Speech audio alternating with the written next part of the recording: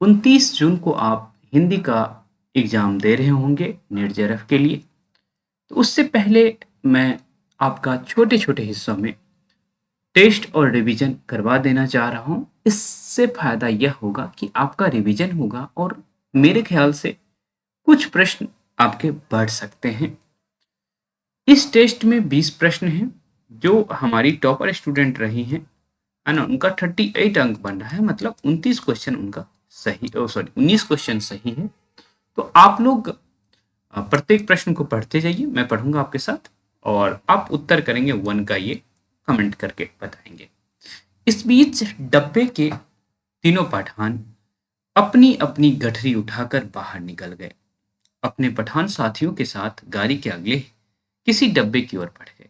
जो विभाजन पहले प्रत्येक डिब्बे के भीतर होता रहा था, अब सारी गाड़ी के स्तर पर होने लगा। अमृतसर आ गया कहानी के किस स्टेशन पर उपयुक्त घटना का वर्णन मिलता है। तो एक तो समझ आ रहा है कि ये तीनों पठान दूसरे डब्बे में जा रहा है, इसका मतलब हिंदू बहुल इलाका आ गया है। तो वजीराबाद तो उत्तर नहीं होगा, इधर हिंदू बहुल इलाका तो है। और दूसरी बात, यह स्टेटमेंट आप कहानी के अंत में पढ़ते हैं। जो विभाजन पहले प्रत्येक डब्बे के भीतर था, अब सारी गाड़ी के स्तर पर होने लगा। तो यह अंत में पढ़ते हैं तो आप आराम से इसे गेस कर सकते हैं कि अंत में जो स्टेशन आता है अमृतसर, वहीं ये चीज घटित होता है। तो उत्तर हो जाएगा अमृतसर। तो पहला का तीसरा हो जाएगा। आप हमारे उत्तर देने से पहले ही आप उत्तर देख दीजिए, जिससे क्या होगा कि भाई आपका कॉन्फिडेंस बढ़ेगा।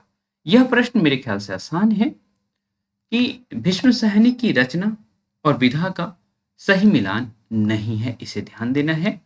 कबीरा खरा बाजार में नाटक है, हानुश कहानी संग्रह है, बसंती उपन्यास है, आज के अतीत आत्मकथा है। तो साथियों, ये जो हानूस आप देख पा रहे हैं, बीए के दिनों में हम लोग सिलेबस का पार्ट था और यह नाटक है, भीष्म सहनी का ही है और नाटक है। तो उत्तर आपका यही हो जाएगा। नेक्स्ट प्रश्न की तरफ चलते हैं। तुम्हें भाग लगे चन्ना, तुम्हें भाग लगे चन्ना। साहनी ने यह आशीर्वाद किसको दिया? शेरा को, दाऊद खां को, इस्माइल को, जैना को। तो वास्तव में साहनी के द्वारा यह आशीर्वाद शेरा को दिया जाता है। यदि आप सिक्का कहा बदल गया कहानी पढ़े होंगे तो भी, जो कि उसको पता है कि ये सारी करतूत शेरा का ही है, तो भी। निम्नलिखित में सत्य कथन है। उम्मीद करते हैं कि आपको क्वेश्चन दिख रहा होगा। कृष्णा सोपती का जन्म 1925 में हुआ। इन्हें साहित्य अकेडमी और ज्ञानपीठ पुरस्कार दोनों दिया गया। मित्रों मरजानी एवं जिंदगी नामा इनका प्रसिद्ध कहानी संग्रह है। सिक्का बदल गया कहानी सर्वप्रथम प्रतीक पत्रिका में प्रकाशित हुई। यह कहानी बादलों के घेरे संग्रह में भी संकलित है। तो इसका उत्तर क्या होना चाहिए? विकल्प एक बार जरूर देख लीजिए आप। विकल्प भी आपके लिए बनाया गया है, 1 to 4, 1 to 4, 5, 2, 3, 4, 5 और एक विकल्प और है 1, 2, 3, 4। तो क्या उत्तर हो जाएगा, इसे देखना चाहिए आपको। तो कौन सा गलत है उसे ही देख लेते हैं। तो देखिए, जो मित्रों मरजानी और जिंदगी नामा कहानी संग्रह नहीं है, आपको पता है यह उपन्यास है। तो तीसरा जहां जहां है उसको कट कर लीजिए। ये भी गलत हो गया, ये भी गलत हो गया। 1 to 4, 1 to 4, 5, है ना? तो अब देखिए, क्या 5 सही है या गलत है? सिक्का बदल गया, मतलब यह कहानी, मतलब सिक्का बदल गया बादलों के घेरे में संकलित है, तो यह बात सही है। इस तरह से 1 to 4 तो दोनों में कॉमन है ही, तो पांचवा स्टेटमेंट सही है। इस वजह से सेकंड विकल्प आपको चुनना चाहिए। तो चौथा का दूसरा उत्तर हो जाएगा। आप कमेंट में ऐसे ही लिखिए, जिससे कि पता चलेगा कि भाई आप लोग इंटरेस्टेड हैं या फिर आपको कुछ आता है। निम्नलिखित में गैंग्रीन कहानी के आधार पर सत्य कथन है। मालती के डर के रिश्ते का भाई, यहाँ डर की जगह दूर ये रखिएगा, है ना? दूर के रिश्ते का, उससे 4 वर्ष बाद मिलने आता है। थोड़ा सा टाइपिंग एरर है, उसके लिए मैं माफी चाहूंगा। मालती के बच्चे का नाम टीटी है। इस कहानी में मध्यम वर्ग की पारिवारिक एक रास्ता को दिखाया गया है। 11 बज गया मालती के यंत्रवता का प्रतीक है। तो देखिए भाई, 4 वर्ष बाद मिलने आता है, बच्चे का नाम टिटी भी है ना? ये भी स्टेटमेंट सही है। मध्यवर्गीय पारिवारिक एक रास्ता दिखाई देता है। और दूसरी बात है 11 बजे बार-बार बोलती हैं, है ना? तो ये यंत्रवत्ता का प्रतीक है, जैसा कि आप अंजू दीदी कहानी में भी सॉरी नाटक में भी पढ़ रखे हैं। ठीक है? तो इसका उत्तर हो जाएगा 4। तो 5 का 4 आपका है कि नहीं है, ज़रूर बताइए। नेक्स्ट प्रश्न की तरफ चलते हैं।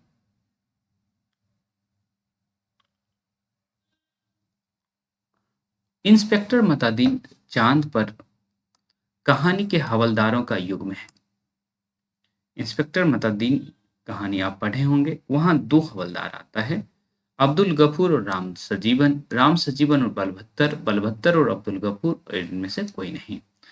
तो साथियों, जो राम सजीवन है और बलभत्तर है, यही रहा है हवलदार उस कहानी में। तो ध्यान रखना है, छठा का दूसरा उत्तर। ऐप पर टेस्ट होता है ना? तो आप चाहें तो साहित्य सहचर ऐप डाउनलोड कर सकते हैं, वहां आप खुद से टेस्ट दे सकते हैं, और भी बहुत सारा टेस्ट उपलब्ध है यूनिट वाइज, तो आप चाहें तो उसको दे सकते हैं। मतादीन कितने वर्ष पूर्व पुलिस में भर्ती हुआ था? तो 25, 26, 27, 28। तो उत्तर हो जाएगा 26 वर्ष पूर्व वो पुलिस में भर्ती हुआ था। तो कुछ प्रश्न टेक्निकल हो जाते हैं, जैसे ये प्रश्न यदि आप कहानी अच्छे से पढ़ें तो आपका सही हो जाएगा, लेकिन ये प्रश्न जो है जिसके पास एनालिटिकल पावर है ना, वो सही करेगा। तो प्रश्न का अपना अपना नेचर होता है। चलिए, निम्नलिखित में जयशंकर प्रसाद का कहानी नहीं है। देवदासी, स्वर्ग के खंडहर, हिमालय का पथिक, गंगा का बेटा। तो ये ऊपर के 3 कहानी आप आकाशदीप कहानी संग्रह में देख सकते हैं, लेकिन गंगा का बेटा वहां आपको नहीं मिलेगा। तो 8 का उत्तर हो जाएगा 4। ध्यान आप अच्छे से दीजिए, जिससे कि एग्जाम में आपको थोड़ी सी भी मदद मिल जाए तो आप जेआरएफ हो जाए। आकाशदीप कहानी की इन पंक्तियों को सही क्रम में लगाएं। क्या स्त्री होना पाप है? चंपा का स्टेटमेंट है, और जब दोनों पहली बार गले लगते हैं तो उस समय का स्टेटमेंट आपको याद होगा।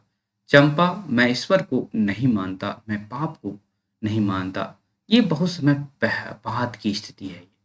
बुद्धगुप्त के सुगठित शरीर पर रक्त बिंदु विजय तिलक कर रहे थे, जब एक बार युद्ध होता है ना, समुद्र के बीच में, उसी समय की स्थिति है। मैं भी ताम्रलिप्ति का एक क्षत्रिय हूँ, है ना? तो जब स्थिति ऐसी बन रही है, यहाँ परिचय हो रहा है, तो परिचय कब होगा ये भी समझ सकते हैं। तो देखिए, स्त्री होना पाप है, ये शुरुआत का ही स्टेटमेंट है। तो पहला यहाँ और यहाँ देख पा रहे हैं, एक के बाद 4 और एक के बाद 3। ठीक है, ये देखना होगा। चंपा, मैं ईश्वर को नहीं मानता, ये बाद का स्टेटमेंट है। उससे पहले बुद्धगुप्त के सुगठित शरीर पर रक्त बिंदु विजय तिलक कर रहे थे। तो ये समुद्र के बीच में जो शुरुआत में ही लड़ाई होती है, वहां का है स्टेटमेंट। प्रहरी और इनके बीच जो होता है, तो 1 के बाद 3 होगा, उसके बाद 4 हो जाएगा, परिचय हुआ, और ये लास्ट के सेक्शन में आपको मिलता है। तो ये उत्तर हो जाएगा तीसरा, 9 का 3। तो इस तरह के प्रश्न कठिन माने जाते हैं, लेकिन यदि आप कहानी पढ़ रखे हैं तो आप सही कर ले जाएंगे। मरने वाले के संग खुद थोड़े ही मरा जाता, यह कथन परिंदे कहानी के किस पात्र का है? Latika, doctor Karimuddin, Hubert. तो यह जो ऑप्शन आप देखेंगे 10 का हो जाएगा, दूसरा डॉक्टर। ध्यान रखेंगे आप। 11वां क्वेश्चन बनाने में हमें काफी समय लग गया, मान के चलिए भाई 20-25 मिनट लग गया। ओके, क्योंकि मैं हमेशा कोशिश करता हूँ कि जब भी कोई प्रश्न का सेट बनाऊं, हमेशा नया प्रश्न बनाऊं। इससे एक विद्यार्थी भी फायदे में रहते हैं, और साथ ही साथ टीचर भी एक अलग तरीके से बच्चों के बीच पहुंचते हैं। इसीलिए हमेशा मैं कोशिश करते रहता हूं कि प्रश्न रिपीट ना करूं। चलिए, नेक्स्ट प्रश्न की तरफ चलते हैं। निम्नलिखित में परिंदे कहानी के आधार पर सत्य कथन है, तो क्या क्या सत्य है उसको देखते हैं। मैन ईटर ऑफ कुमाऊं, यह नाम ग्रीस नेगी ने लतिका को दिया था। यह स्टेटमेंट सही है या गलत है वो तो बात की बात है, आप बताएंगे। चार्ल्स टेलर, यह नाम लतिका ने गिरीश नेगी को का रखा था। ह्यूबर्ट छुट्टियों में चंडीगढ़ रहता है।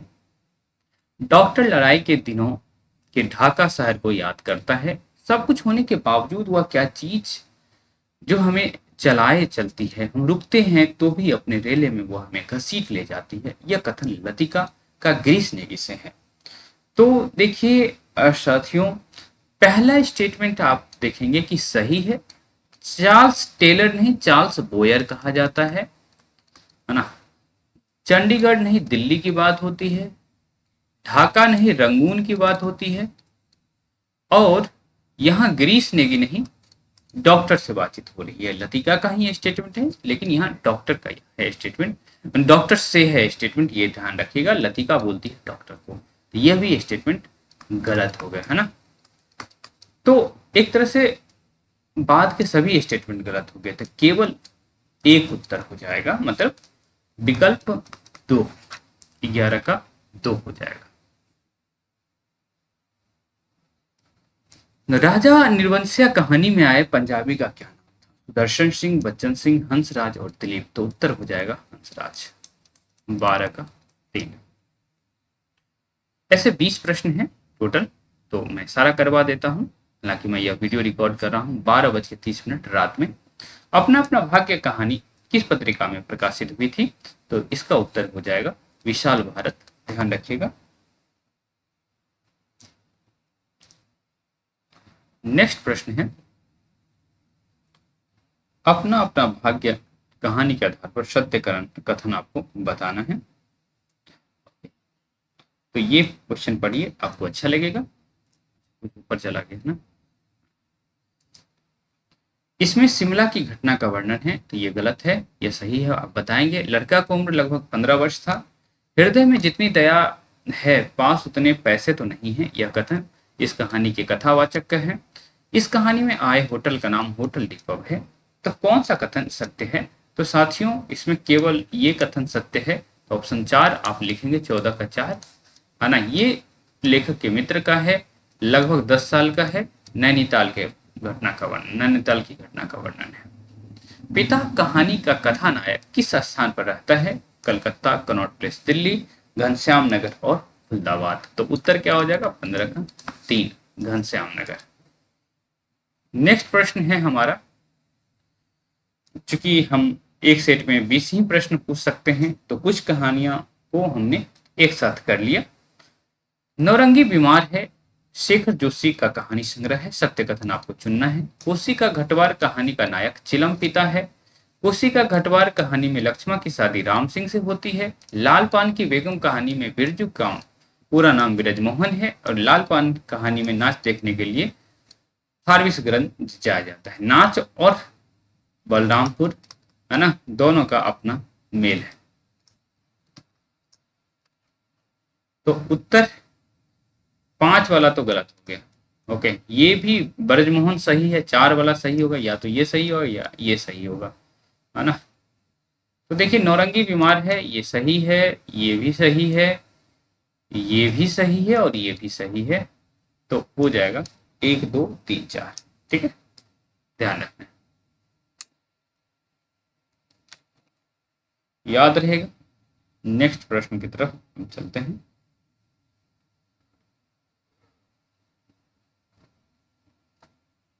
हीरामन की उम्र कितनी है? तो लगभग कितने साल का है हीरामन आपका? 40 साल का।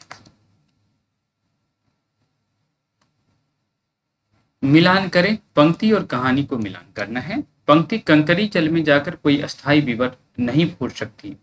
पहली पंक्ति है इस्लाम की निगाह में सब बराबर है। दूसरी पंक्ति है पतित मानवता को जीवन दान देने की अपेक्षा भी कोई महत्तर पुण्य है, छुच्छे को कौन पूछे।